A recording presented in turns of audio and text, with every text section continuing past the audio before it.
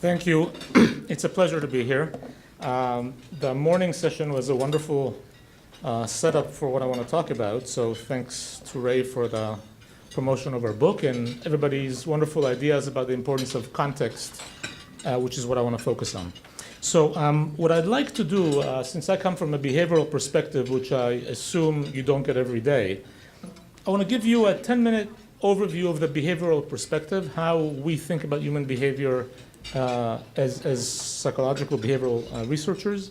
Then I'll focus on the psychology that comes with scarcity, the psychology that emerges when people do not have enough of a critical resource. That will be kind of giving you a brief overview of our book and the recent research. I'll end up with some policy implications, and hopefully we'll have a few minutes at least for discussion.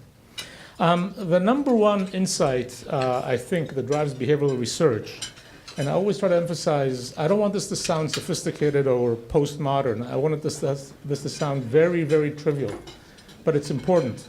When you give people choices in life between, say, two jobs or two houses, what people choose between are not those two things in the world, but between those two things as they are represented in the 3-pound machine that we carry behind the eyes and between the ears. And that is, again, it should be very trivial, but it's critical, because it's not a one-to-one. It means that the same outcome in the world can be construed, can be represented in very different ways.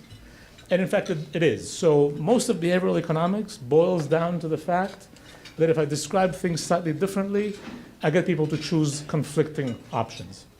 And so that's kind of a classic critique of where we're not quite normative, not quite rational, because we're inconsistent based on irrelevant features of the description or of the context. But it also gives people in this room enormous power, because it means that the same outcomes in the world, presented, shaped, described slightly differently, make a big difference to how people think about them. And that's where a lot of policy work can enter and have a productive impact. So what do I mean by this? Let me give you a couple of simple examples. In visual perception, this is completely trivial. So here is a picture. If you get a reasonably good look at it, I'm now showing you 3 cars that on the screen are identical size. And if you're getting a pretty good picture of it, you ought not believe me, because your visual system insists on using the 3D cues to tell you that the one further up the hill is bigger than the one in front. But in fact, they're identical.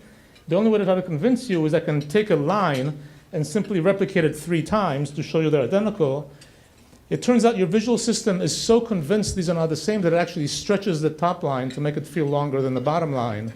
And so you continue with your belief, but in fact, these are the same. And this is, we've all seen these before, but again, notice, the experience you're having is not the one that's in the world. And that's trivial in a visual illusion. It gets less trivial when we talk about jobs and about colleagues and about neighborhoods and other things we talk about. You don't have to worry about the data here, but I'll just describe the general study. This study asks, is it better to commute to work every day in a BMW as opposed to a Ford Escort? An important question. If you call people who are commuting and ask them what car are you driving and how is the commute today, if you do this on the web, you can do this in different ways, you find a very clear effect. BMW drivers enjoy their drive more than people in a Ford Escort. But then you can do it another way. You can call people and say, how is the commute today?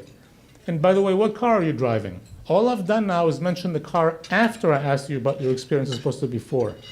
And now you get nothing. There's no effect at all on what car you're driving. In other words, if we're thinking about the fact that we're driving a BMW, we enjoy the ride more. If we fail to think about it, there is no effect at all, no difference between BMWs and Ford Escorts. Notice, if you ask, what should we drive? Number one lesson, notice, but first of all, BMW ought to install a gadget that every 15 minutes says you're driving a BMW. But apart from that, notice it's a really open question. And a lot of experiences in life are about that. What comes to mind? What are we thinking about? How we're thinking about it? Which again, I'll try to remind you again and again, is where policymakers can have an enormous impact. It's hard to talk about social science without describing really critical studies that occurred in the 60s and 70s in the US. I'll give you one. It sort of entered popular culture, but I'll give you my rendition of it very quickly. These are a bunch of European psychologists who come to the US, some of them before, mostly after the Second World War, obsessed with understanding, the German mind. There is, of course, nothing German about the German mind, we now know. But the studies they run really change our understanding of social science. And I'll give you one study in a little bit of detail. This is Stanley Milgram, who runs a study in the basement of the psychology department at Yale. He has middle-aged men, volunteers, who come to participate. They think they're being assigned randomly to teacher and student, but in fact, all of them will be teachers. The student, the man in the white shirt sitting down attached to electrodes, is an actor. He's a Confederate. He's working with the experimenter. They meet. The experimenter in the white robe introduces them. Then the subject, the teacher, goes to the other side of the room, of the partition. And his job is a silly memory test. I teach you paired associates, house, banana. Later when I say house, you're supposed to say banana. If you say banana, bravo, we move on. And if you make a mistake, I'll give you a slight electric shock. There's a machine, every time I give you a shock, the lever is down so I know where I last gave you a shock, and I move progressively to the right as we go, getting more and more extreme as we move forward, strong shock, triple X, triple shock, etc. Now, all this is choreographed very carefully, so when the subject gives these shocks, the actor, the student, grunts louder and louder as they go. When I get 150 volts, he screams, "Get me out of here, I told you I have heart trouble," which he happens to mention when they first meet. Then at 270, there's screams of agony. There's actual original footage you can see of these experiments. At 330, you say house, nothing comes back, zero response. Now you can choose to give a shock or not. 340, 350, 360, 370, all the way to 450. There's now 13 or 14 questions where you pose a question and there's zero coming back. And you can choose either to give the shocks as you go or not. Okay? Why would anybody do any of this? There is a distinguished experimenter in a white robe working for Yale University. Seems like he knows what he's doing, who insists that this is important that you continue, it's imperative the experiment go on, etc. That's the source of pressure. Now, Milgram was a wonderful experimenter, and he had the insight to actually get some sense of what people thought would happen. So he took people and described to them what I just described to you, but in much more detail, and asked them to predict exactly what people do. And it's very clear. Everybody predicts disobedience. The average prediction is 135 is when people disobey. That's when the grunts get a little louder. Nobody predicts that anybody will go above 300, except for the psychiatrists who Milgram interviews. These are, the US experts on human behavior who recognize that 1 in 1,000 will be a sociopath. Okay, so that's the predictions. What he finds is that 65% are sociopaths and that everybody goes above 300. Now, we can talk about this for a long time. Number one, we know for a fact that experts didn't know this 50 years ago. They just predicted something extremely opposite. So this is a discovery about human behavior. It's extremely hard for us to internalize. Most people in this room suspect they would not have done what we now know you would have done had you been there. We know when you read about Abu Ghraib, it's very hard to tell yourself these are totally average people in a bad situation. There's a creeping suspicion they're not good people, and it's wrong in most cases, etc. So the number one study from social science is the situation has an enormous power on us, and we don't get it. And this is extremely relevant, and I'll come back to the context of poverty in a minute. The context has an enormous influence on how we see things, how we think, the decisions we make, and we tend not to get it. I can give you, this is a picture that sort of summarizes the whole thing. I don't know if you can see it well. These are people on their way to exercise on a Stairmaster, but there's an escalator and they go. And this basically captures a lot of work in the social sciences that looks at the tension between intention and action. You have an intention to eat well, to exercise, to save for retirement, and then there's the action. We can talk more about the role of financial literacy in all this. I think it's a complicated role because we are working on the intention. And unless we design a context that's friendly enough and able enough to provide the access to act on that intention, the action is often missing in complicated ways. But this is kind of the story, and it's very central in behavioral sciences. There's many examples. One classic one is FAFSA. So FAFSA is the US government's most generous program, benefit program available today. This is money to go to college. It's extremely generous. Take-up is about a third of eligibles. Somebody lamented earlier that EITC was taken by only 90%. This is a third take-up. This is extremely generous. What's going on? Well, this is the form. Somewhere on this form, a lot of it is written obviously in a language that most of us cannot understand. And then somewhere they remind you you're doing this under penalty of perjury and all that kind of stuff. So take-up is low. But people have done studies on these, among them, in fact, Philariopoulos, as part of our group here in Toronto. What they do is, the purple is the original take-up, about a third. They then do a condition where they go to you and say, we've checked everything about you, your family, your income. We know you're eligible for large amounts of money for FAFSA. Here's the form. The impact is the purple, is the green. Basically, nothing happens. Condition number 3, we know everything about you. We know you're eligible. Here is the form. Let's fill it out together. And now the impact is significant. And people have touched on this earlier today, where between giving you the 800 number of the information and acting on it can make a lifetime difference to your earnings, to your education, to everything else. A lot of beautiful work on retirement savings. Again, I can give you lectures. Notice these are not poor. These are people in the respectable firms in the US. You default them into higher or lower savings. You give them the phone number where they can raise or lower their contributions. They do not call. And those who have been defaulted into higher savings, 4 years later, compared to other colleagues in the same office, are saving a lot more for retirement. So these are classic opt-in, opt-out manipulations that have been done recently in behavioral science. Notice again, these are people whose intention you have not altered. You have not educated them any further. They know exactly the importance of savings. It's a silly default that you've altered in terms of it defaulting me to 3 or 6% that changes my life once I retire. This is probably my favorite. This is a glow cap. It's a $15 plastic capsule that complains if you don't open it in time to take your medication. And by complains, I mean it lights up, it screeches, it sends you an email and calls you on your cell phone saying, you need to open me. And in some cases, like HIV, where taking the medication 60% of the time is not 60% good, there is proposals now that this can have a lifetime expectancy effect of many years. So this is a classic solution. Notice people have the intention, the medication is in the pocket, life interferes, and this makes a big difference.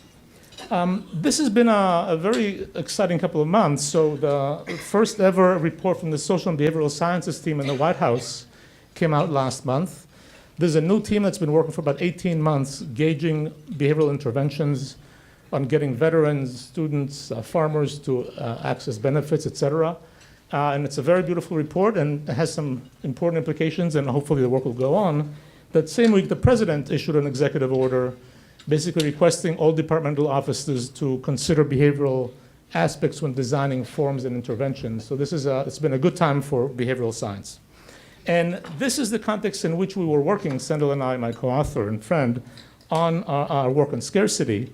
And basically, the idea is that if you look at the behaviors of the poor look bad. They look very bad in many directions, in many aspects of their everyday life.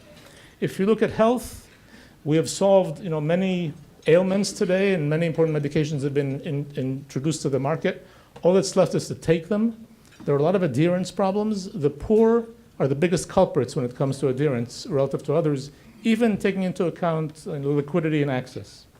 If you move to the fields of India, weeding is a low-skill, easy thing to do to increase your income significantly. Poor farmers in India weed their fields less than their richer friends next to them in a field next to them who are richer.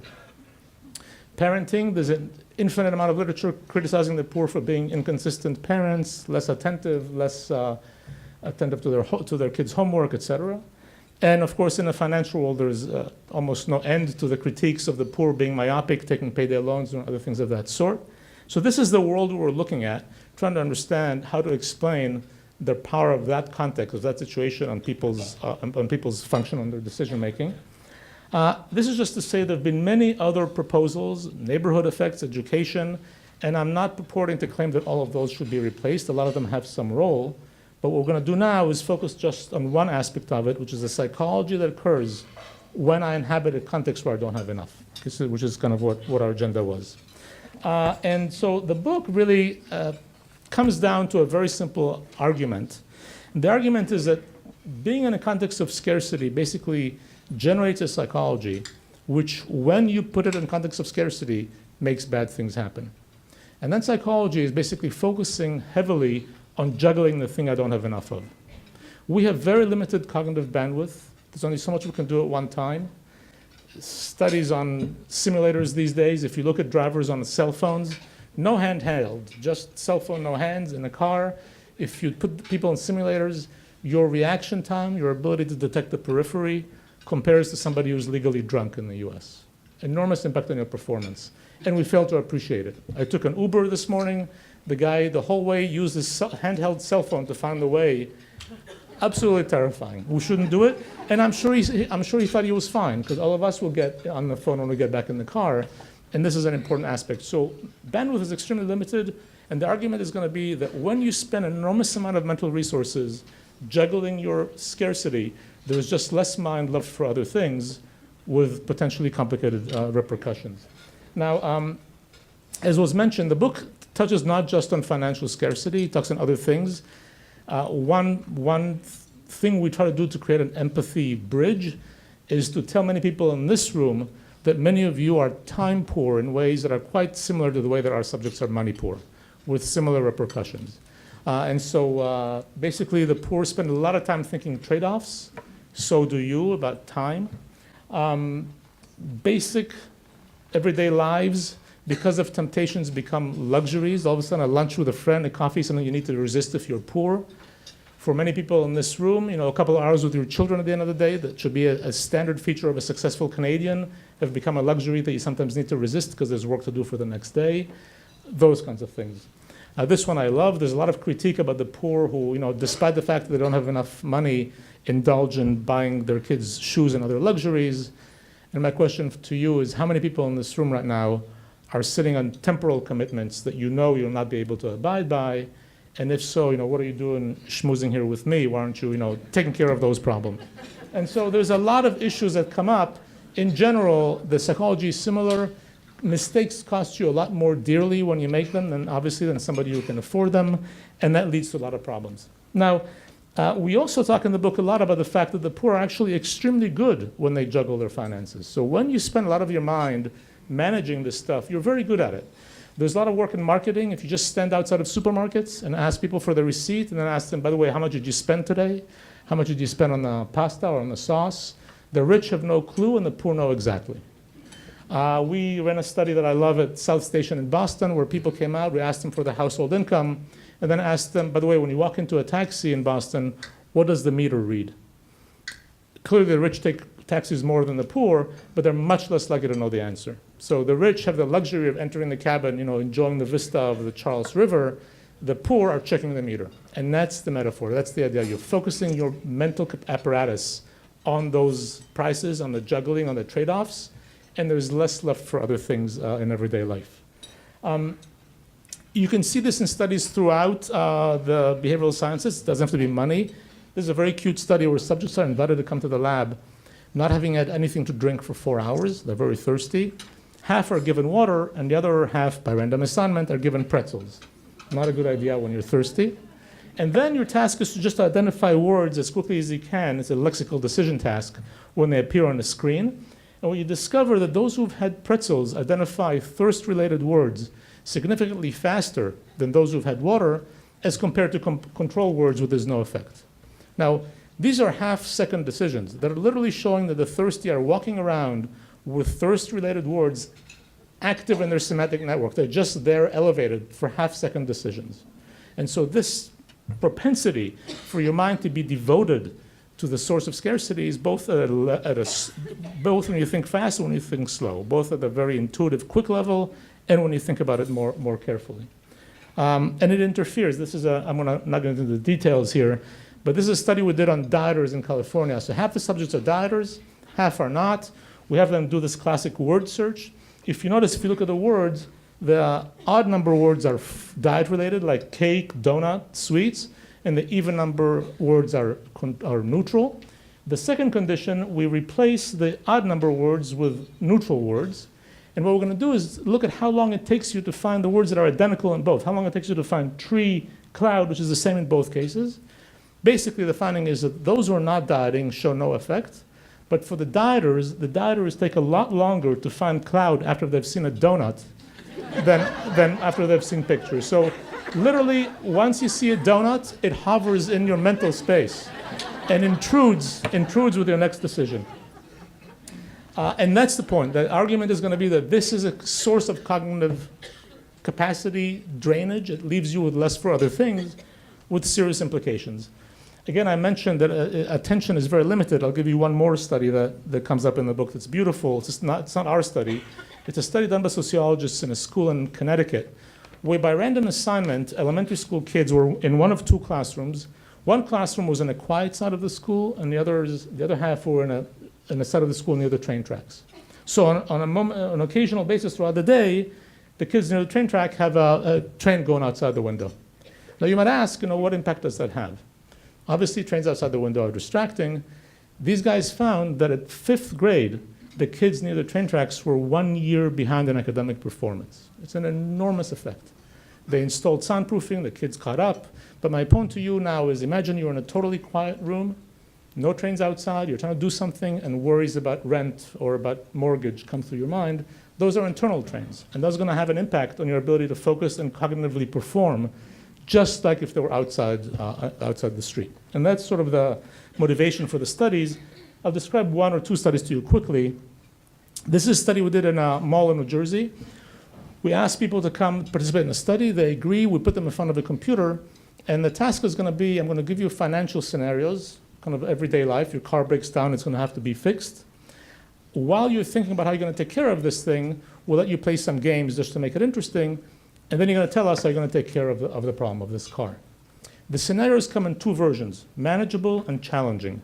The manageable case, the car is going to cost you $150 to fix, which we know for most people in the mall is manageable.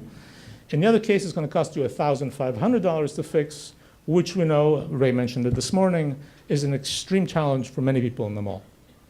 As you're thinking about how you're going to take care of this, we'll let you play these games. These games happen to be classic tests in cognitive psych on mental performance.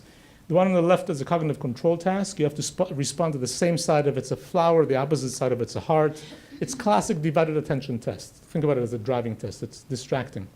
And we know very well, if I distract you, if I have you keep a long phone number in mind, you will do less well on this test. The one on the right is a Raven's matrices. It's the most standard component of the fluid intelligence component of the IQ test. All of you have taken some version of this before. It's very well used and very well standardized. So they think about how they're going to take care of this car. They do these tests, and then we'll look how they do, and we divide them by median split as a function of household income into rich and poor. So we're going to look at the poor and the rich separately in the mall. If you look at the rich, whether they're worried about the manageable or the challenging car, they do just as well in cognitive control. They drive just as well. The poor in the mall, when they're thinking about the manageable car, look just like their rich friends. But when they're worried about how they're going to take care of the car that's massively challenging to them, they drive less well. Cognitive capacity, cognitive control has diminished significantly. If we look at IQ, the Adherence matrices, fluid intelligence, it's supposed to be the component that comes as close as possible to what we have today to gauge your capacity to think independent of education. It's not perfect, but it's the closest we've got. The rich perform just as well no matter which car they're worried about. The poor are statistically not any different from the rich when they're worried about the manageable car, but are significantly less able, lose IQ when they're worried about the car that's hard to fix. The effect here, it's a Cohen's-d point, it's a point out of a standard deviation. If you make standard assumptions about the IQ distribution curve, which is typically done, this is like losing 13 to 14 IQ points. 13 to 14 IQ points in your kids' schools is enough to take you from average to borderline gifted or from average to borderline deficient. It's a big effect. We know that if I kept you up all night with Led Zeppelin blasting in the background, literally no sleep, you would be about 9 IQ points less smart this morning. So think about how you would feel after a night without sleep. These are people who 5 minutes ago looked just like their rich friends when things were easy, now are feeling worse than that. The capacity to focus is diminished more than not having slept all night by the concerns that their juggling of poverty take from the cognitive capacity. These are all between subjects, obviously, and there's we've controlled for everything, but rich and poor Americans are not the same. There's difference in education and health. So the dream was going to do this within subjects.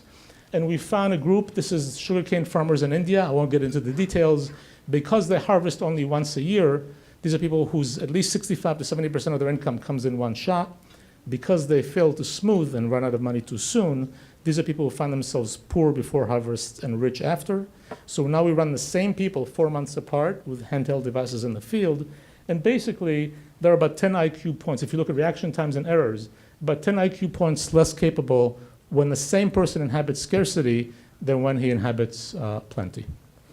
So those are the kinds of things that we've found in the work. And to take it kind of a more global perspective for a minute, what this basically suggests is when you inhabit scarcity, there is a constant, incessant challenge. You know, when I said that we are time poor, there are, of course, important differences. We are time poor, but then there's a weekend. There is Christmas break. You know, there's no vacation from poverty. So this is like nonstop, all the time, draining on your mental capacity. And while you're facing these enormous challenges, we get enormous amount of help in ways that we don't even appreciate or recognize. The poor get less. They get obstacles often rather than help. My favorite example, and there are many, is that, I don't know how it is in Canada, but American checking accounts deposit money in your account 5 days a week and withdraw it 7. Now, for many of us who are lucky enough, this is kind of an exotic and amusing fact. But if you're balancing $11 in your account and you give 20 and you deposit 20 and one goes out and one doesn't come in, you've been hit with half a week worth of income for no reason. And now imagine doing this day in, day out all the time, and it's just one of many obstacles. There's a real challenge. So they get less help and they get less appreciated. Because in some sense, instead of respect, you get disrespect, which is kind of an interesting story. So there's a lot of work on how people feel about themselves, their identity, as was mentioned. There's quite a bit of work on African-American kids in American schools. We know there's a stereotype threat. Claude Steele and others have done beautiful work where if I walk into a school and convince the kids this has got nothing to do with race and that everybody's just as good, black-white differences simply disappear in an almost stunning fashion. And the poor have similar issues. If you do multidimensional scaling, you know, it's not good to be a gypsy or a woman and different things in different places in the world. Being poor and homeless is universally in the bottom left-hand corner of the multidimensional scale. You're untrustworthy, incapable, unclean, etc.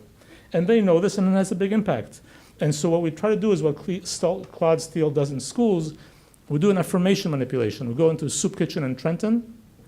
We can't do this in writing because many of them cannot write. So you go into a privacy of a room where you're asked to speak up to 2 minutes to a tape. In the control condition, you describe a recent meal you've had.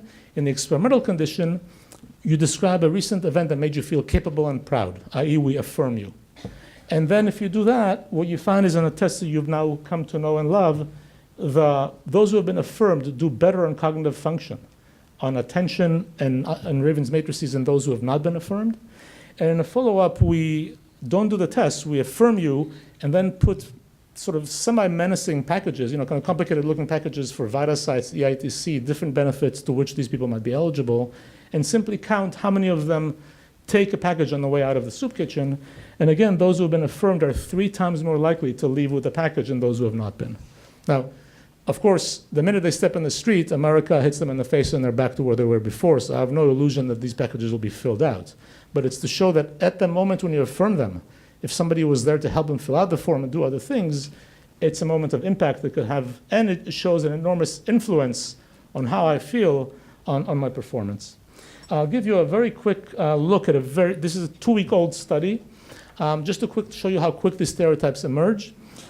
Here's what we do. You see this face? Now we're going to share the same face with a shirt that independent judges agree is a bit richer. So this guy looks a little bit less wealthy than this guy. We do a bunch of faces. This is one case where, by the way, poverty trumps race. Doesn't matter. It can be black or white. Doesn't matter. This guy is richer than this guy.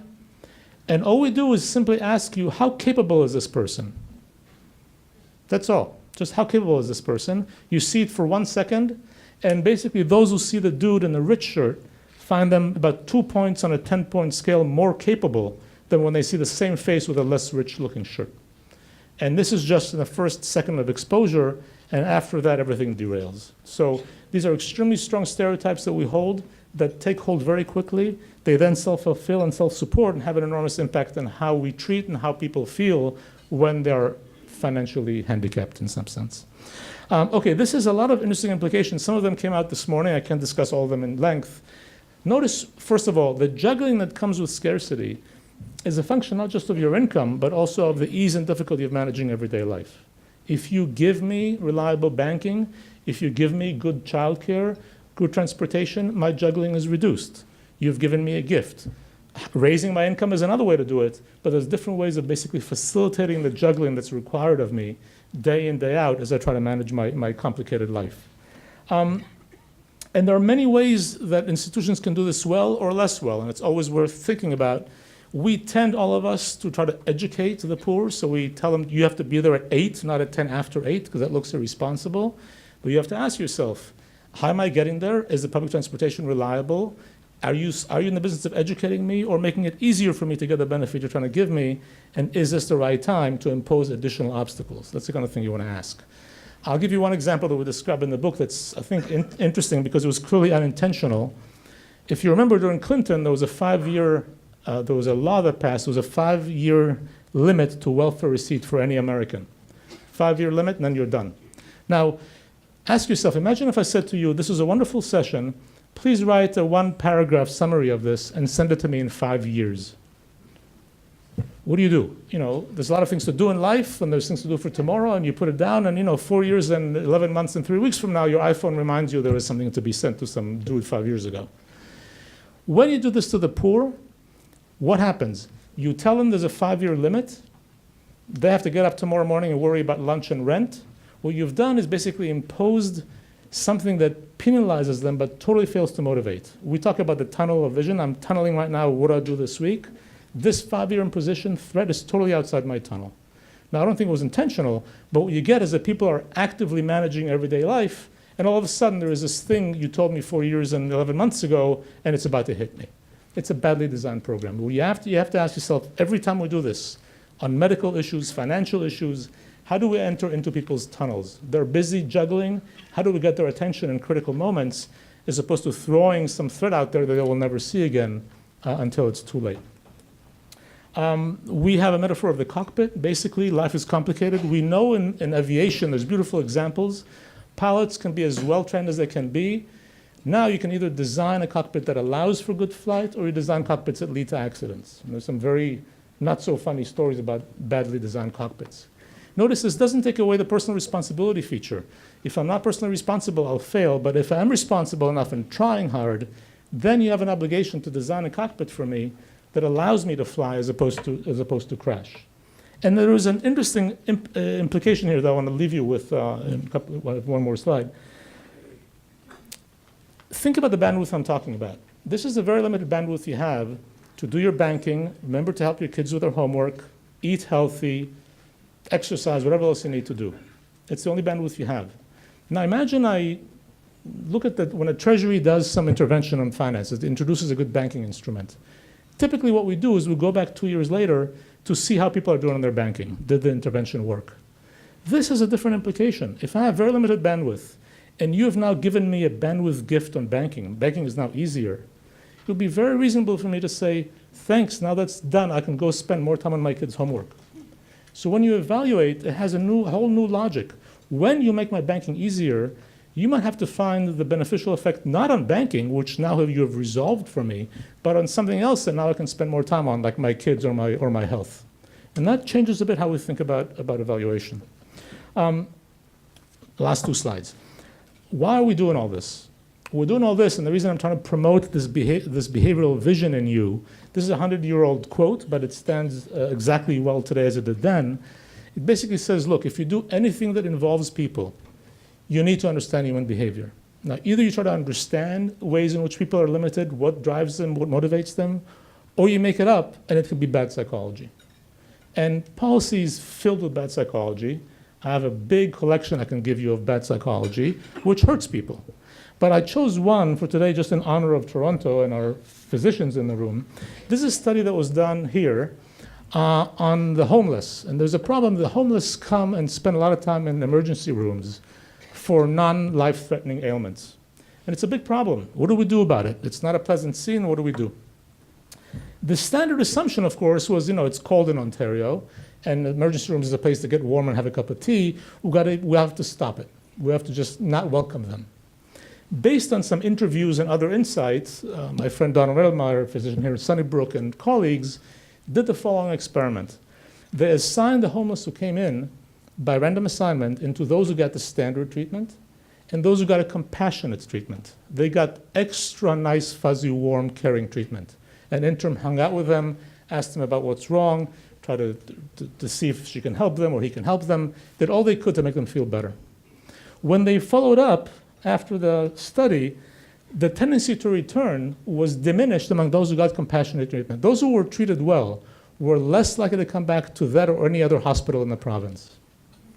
And that's a deep insight. It turns out, I don't know if you've seen emergency rooms recently, it's not a very appealing place to be.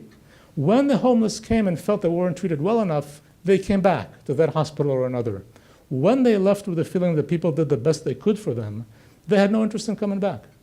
And so it turned out that the correct interpretation was exactly the opposite of what drive people again and again to send the homeless outside of the street dissatisfied and thus requiring help again.